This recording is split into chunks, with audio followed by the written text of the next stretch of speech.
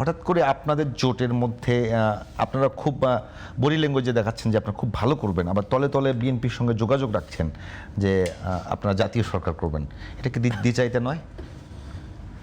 আপনার এই প্রশ্নের উত্তর দেওয়ার আগে আমি একটু আমার যে বিএনপির বন্ধু খুব ভালো বলে আমি ওনার একটু ওই রিফাইন বিএনপিটা একটু ক্লিয়ার করি। দেখেন কেন আমি একদম সংক্ষেপে ক্লিয়ার করি কেন আমি বললাম যে রিফাইন বিএনপিটার দরকার। দেখেন আমাদেরকে কিন্তু একটা বিএনপি লাগবে, এখানে ভালো বিএনপি লাগবে, রিফাইন বিএনপি লাগবে। কেন লাগবে আমি বলি, দেখেন 41 জন ঋণ খেলাপি দিয়ে আসলে কিন্তু আপনি জুলাই পরবর্তীতে এই দলটা ফাংশনিং করতে পারবেন না। মনে করছেন এই ঋণ খেলাপিরা দলে ফান্ড করবে, এটা দিয়ে আমরা দল রান করবেন? কঠিন, পারবেন না।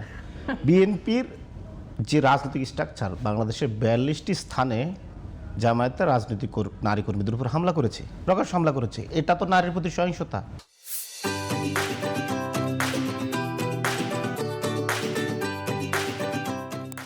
বিএনপি তো এই জায়গায় সোশ্যালি মানে আমাদের সামাজিক মূল্যবোধের সে অবক্ষয় করছে।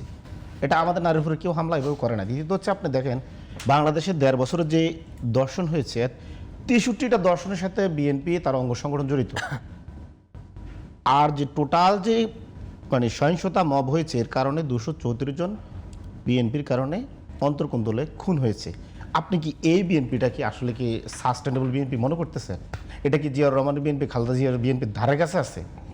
আমি এই জায়গায় বলছি আপনাকে, আপনি যদি খালেদা জিয়ার বিএনপি মানে হইতে পারতেছেন না, জিয়াউর রহমানটা হইতে পারতেছেন না, তাহলে এক বিপ্লব পরবর্তীতে আপনাকে রিকনস্ট্রাক্ট করতে হবে বা রিফাইন বিএনপি করতে হবে। যদি রিফাইন না করে বিএনপি, যদি না করে তাহলে আপনার ক্ষমতা হারাই যাবে ওরা, মানে তাহলে ক্ষয় হবে, হারাই যাবে না বিএনপি। এখন যে ক্ষয়ে এমন পর্যায়ে যাবে আপনার বদল হবে। মানে আমি ক্ষয়টা কেমন হবে আমি বললেই, ক্ষয়টা কিন্তু বলছেন বিএনপি কে, ক্ষয়টা কিন্তু আপনার এমন একটু একটু করে হবে না, অনেক ক্ষয়টা নদী ভাঙার মতো করে হতে পারে বিএনপির, আপনি টের পাবেন। এখন বললেন তো নদী ভাঙার মতো কিভাবে? সেইটা 79 জন বিদ্রোহী প্রার্থী রাজনৈতিক দাঁড়াইছে বিএনপির বিরুদ্ধে, এটা একটা দলের এক ধরনের ভাঙন।